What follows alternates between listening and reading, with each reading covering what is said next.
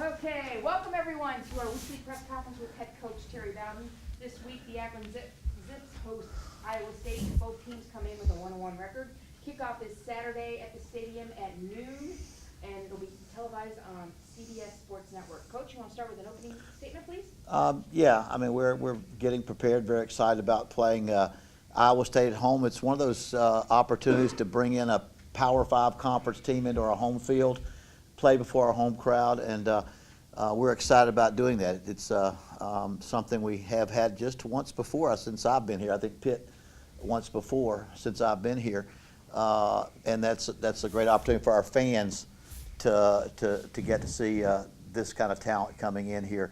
That being said, Iowa State comes in with a 1-1 record. Very well could be 2-0. They lost in overtime to Iowa, their big rival, and they will bring in a very high-scoring offense that averages 41 points a game, over 300 yards passing, over 400 yards of total offense, and about 9 or 10 of their coaching staff and support staff will be from Ohio. So it's quite a homecoming for a lot of this group from Iowa State, coached by Matt Campbell, who played at Mount Union, is from Massillon, and we played against him when he was the head coach at Toledo. We've coached against him.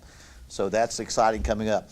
Our players, I'm very proud of our players, came last week, played Arkansas Pine Bluff, a team that most everyone knows we were favored. It was one of those, we're playing a 1AA team where it's important that we come out and take care of business. Come out there and do what we are supposed to do, and we did exactly that. Our defense kept the Arkansas out of the end zone for no touchdowns. Offensively, we scored over 50 points, but most importantly, we finished every drive, I think 7 out of 7 times in the red zone. We scored touchdowns 6 of those times, field goal the other time, had no turnovers, no sacks on offense. So we got 2 turnovers by our defense, gave up 41, 46 yards or so rushing. So it was the kind of day you need to have. We've had days where you play a opponent that you're stronger than, that you don't play as well. We played very good football. So that being said, we leave we're out of the fire to the furnace, or out of the furnace into the fire, however they say that. We bring in an outstanding opponent for game number 3, and we're really looking forward to it this week, preparing for this game and for the opportunity that it presents. And I'll open it for questions. Do you need to have the same kind of day this weekend, sans the penalties? Yeah, penalties. Now again, we weren't happy with the penalties. It was one of those things where we want to eliminate that. I noticed we're not even, and we're 4th ranked in penalties in our own conference. This is, I think, if you look at our conference, 3 other teams in our conference had more penalties than we did. But we need to take care of our business. That's too many penalties for us to have week in and week out. As you look at the end, everything we did, and our players, we talked a long time about it. The players talked to each other about it because we had too many positives for us to have to sit around and be negative, because we had penalties in a game where those plays were inconsequential, and opportunities where you didn't have to hold a guy. We're beating them by 30. You didn't have to pass interference. We're beating them by 30. So use your head if it's a tighter, so we had some talks about that, but I think that's important. It's part of us as a team learning how to be a better team. That's one of the things we want to improve upon, is those penalties. But that's the area you want to improve upon every week. Whether it's the factor this week or some other, it will be a factor in a game. Did you chalk that up to mental lapses, or? No. I mean, I think. Well, I don't think mental lapses. We're not playing smart. I mean, most penalties can be avoided. Most penalties can be avoided. There are aggression penalties. A defensive player is playing full speed and reckless, and he hits right to the edge, and a guy steps out of bounds at the last minute, and he can't change his direction, and he gets a penalty over there. But when you're offsides, or you're holding most of the time, or pass interference, we have to make sure we do the things necessary to eliminate that. And so all we're wanting to make sure is we do everything we can to put ourselves in a position to be successful. And when you look at last week's ball game, the only area where we did not do the job that we as a team wanted to do was in penalties, and we've made a focus on that, and hopefully we can eliminate those each and every week. One thing that I've seen he seems like he's all, God, Knock on out of wood. my head. His running style, just between the tackles, was absolutely phenomenal. Even in the Penn State loss, when you're facing a great defense, is that a good sign in the offense? I mean, obviously it is a good sign for us, but there's a couple of reasons that I think.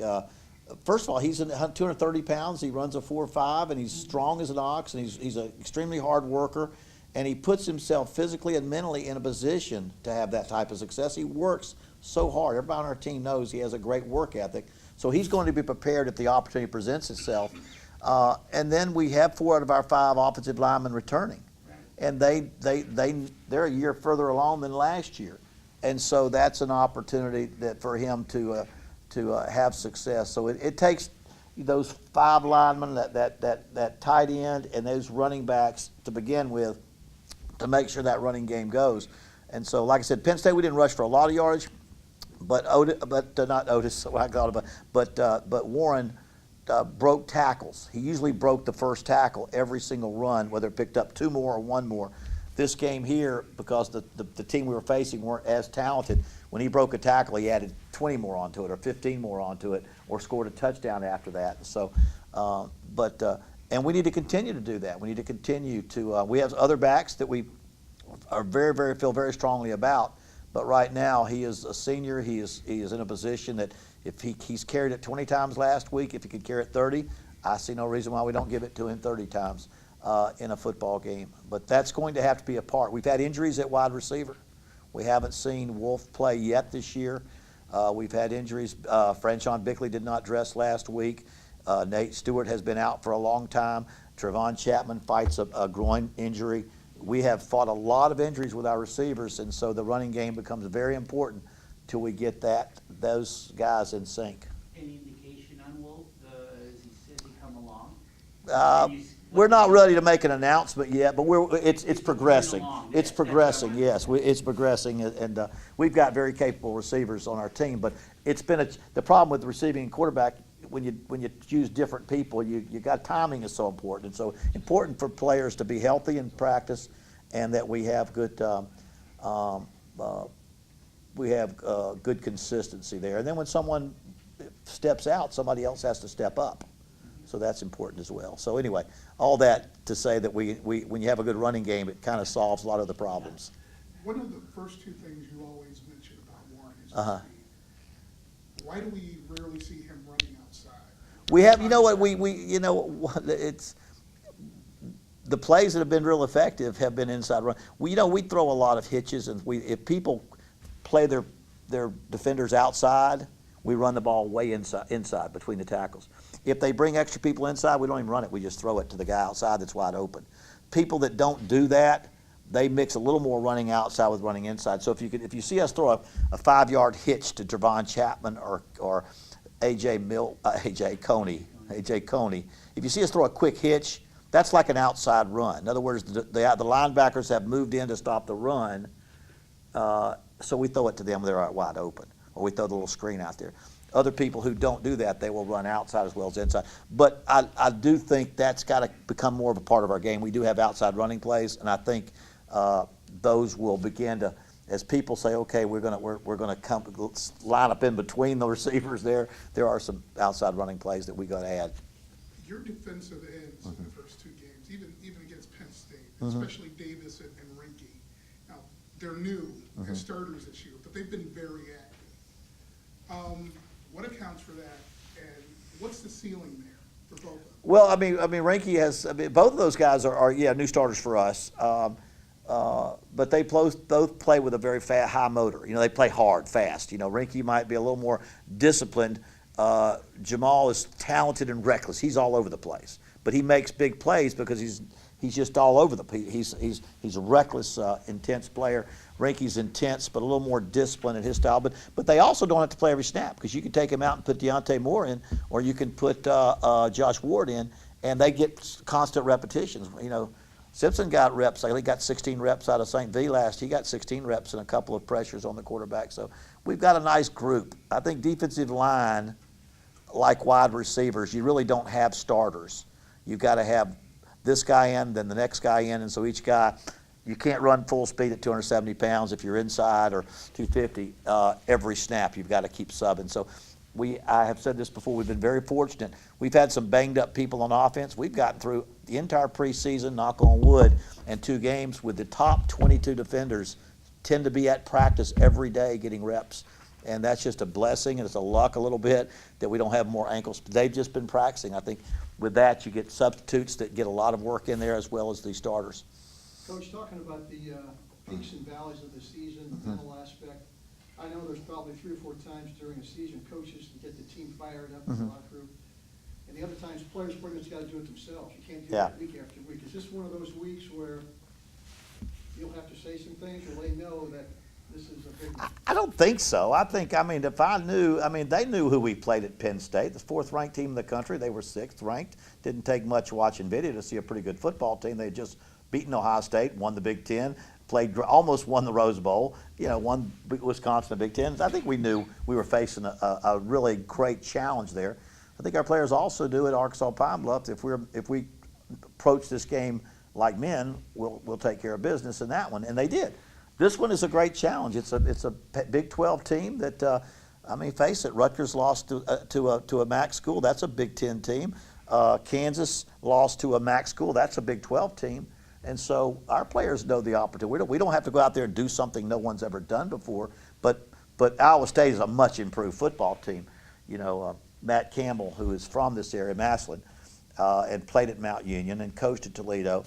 And I think when I say 10 of his 12 coaches or 8 of his 12 coaches are from Ohio, a bunch of them. They've got that program turned around. They've got that program. They got pounded by Iowa last year. They should not have lost this year. They lost to Northern Iowa last year. They beat them handily this year. He's got that program moving the football, doing lots of good things, and I have a lot of respect for him, as knowing him personally and where he's got that program going. So I would be disappointed if we had to get our players up for what they know. And it's a TV game. It's a big opportunity to go out there and have a big game for us. The Mid-American Conference games obviously are most important if you want to win the East and win the MAC. But if you want to go to a bowl, they all count the same. This game counts just as much of value as any game we play when it comes to becoming bowl eligible. And so you only got 12 of them, and you better take each one at a time, because you got to figure out how you're going to get them all. What in their passing game has made him so prolific the first 2 games? Yeah, and George, you know me, I hang around that offense side of the ball, and I hardly ever watch their offense. I watch their defense, and Chuck Amato kind of runs the offense. I kind of contribute and sit in all the staff meetings, and I've watched it a little bit of them. Their quarterback is having a phenomenal year. They got 2 really, really good receivers. Their passing game first. They've thrown for over 400 yards, I think, last 4 times, going back to last year.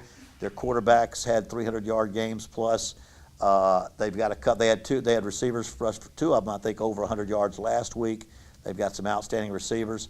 That starts with their passing attack, but they do run the football very well too.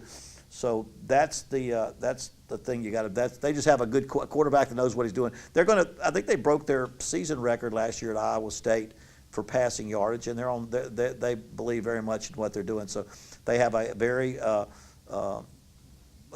prolific style of offense that throwing the football is the number one thing you better stop, based on what they did last year and what they've done the first 2 games. They give up 34 points, if I'm not mistaken. Mm-hmm. I don't want you to tell me, obviously, where the vulnerabilities lie, because you won't. But what can you take advantage of? What can you do? Is it a matter? You know what? I don't know that there is something where we would say. I would say we better be. I mean, if I'm an offensive player on our football team, I say we better go out and score some points, because they're going to put points on the board. They're good against. They scored a lot against Iowa. They scored a lot against other people. If let's as an offensive players, let's assume we better go out and score some points if they do what they have done against a lot of people. Defensively, they're going to want to go out there and keep them below their average, and that for sure would help us to win. But I would think the thing, all that we can gain from it is say, you know what, we better go out there and be ready to play and be high octane and be ready to go, not just running, but running and throwing and mixing up our game, so that we need to be firing on all cylinders. because they have shown the ability to put points on the board against an Iowa team. Now, can we go out there and run the ball exactly like Iowa? Traditionally, Iowa is a power running team. We're getting closer to that, but I'm not sure we're quite a team like Iowa generally. Although Iowa, I think, threw some touchdown passes against them, but that's general. We can't go out there and be Iowa. We have to be Akron in the way we do things.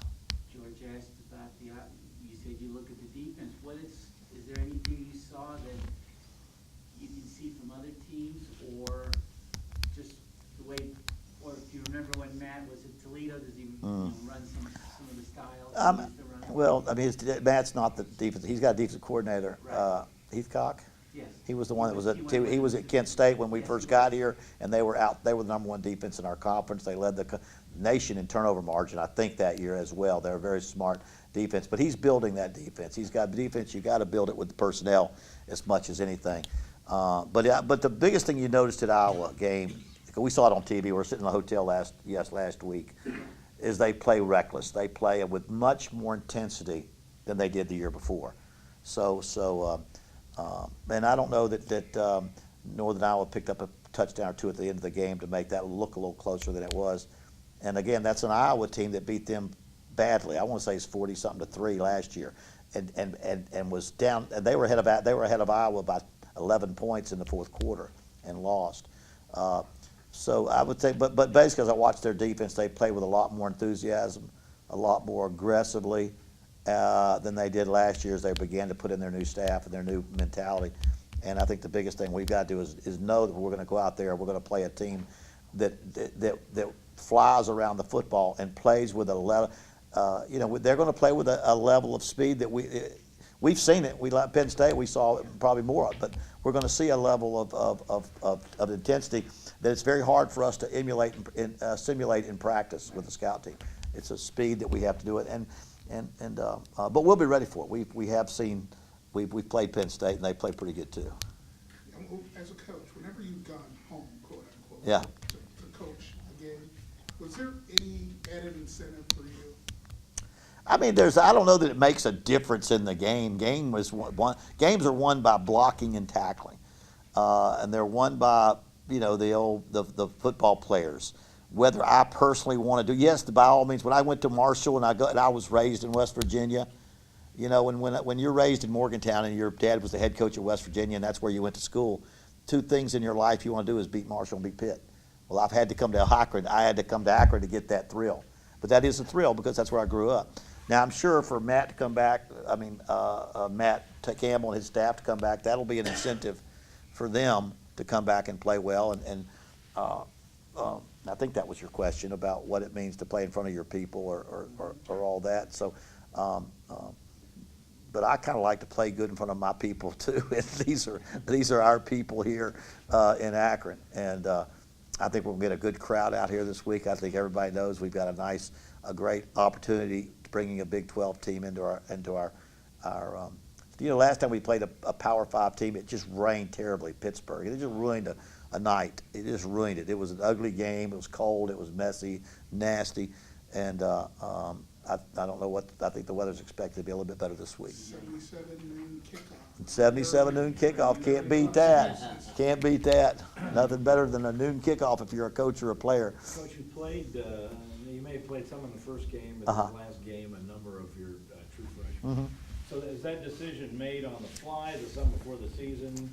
It's like fool me once, shame on you. Fool me twice, shame on me. We had injuries last year, and there were some freshmen that we couldn't pull red shirts from. I think we need to get ready. We don't expect injuries, do you? I want to have the year is this year, and I want everybody. And I told our coaches, if a player is not needed now, but 5 games down the road, he might be needed. What repetitions might help him now? So let's get these guys ready to play. So, some of them, some were deeper at a position, so we don't have to pull a red shirt. Others say, let's go ahead and play them as some and get them ready to go. And you never know how things are going to go. It might be everything may happen at one position, and you better have somebody ready at that position. Nothing may happen at a position, but I think I'm not sure that I told our kids, let's don't hold back. on getting guys ready just in case they need to get ready later. Not that they need to play right now, but they need to be ready better to get ready down the road. And so we're giving a little more opportunity. And I'm a big believer that you ought to have 5 years to play 5. Or and at the very least, you ought to be able to play a player 5 games or 4 games and then still redshirt without having to worry about whether he gets hurt or not. Now if somebody plays, it would take an injury, sustaining injury, keep him into a medical hardship, which is something entirely different. There's a lot of legislation right now to say, play these guys when they're young. Then if they don't handle it very well, or it seems to be too much of a pressure on them, then allow them to have that year over again, because so many times you get 5. Right now you get 5 years, and these guys are, doesn't hurt these guys. They're getting master's degrees and everything else they're getting with that.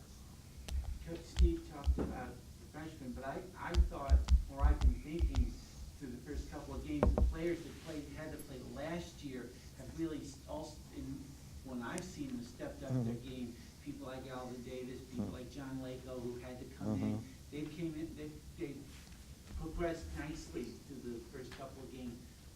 Has Coach Amato? Yeah, I think without a doubt, the benefits of playing, you get better by playing football, and that's what your number one way of getting better is getting into games and playing in football games. So, yeah, a lot of those areas. A lot of our backs, we have 3 backs, and now we have a young back that also that's coming along in Deltron Sands. But our top 3 backs all had to start games last year. We're not afraid to play any of those backs because they had to play last year. Trevor Brown had to come up and play on the line a couple of times last year. Defensively, we lost Brock Boxon for the year, and Jamal Marcus for the year, and Deontay Moore for the year. And then I think guys are without 6 or 7 games, and that allowed Alvin Davis a chance to play.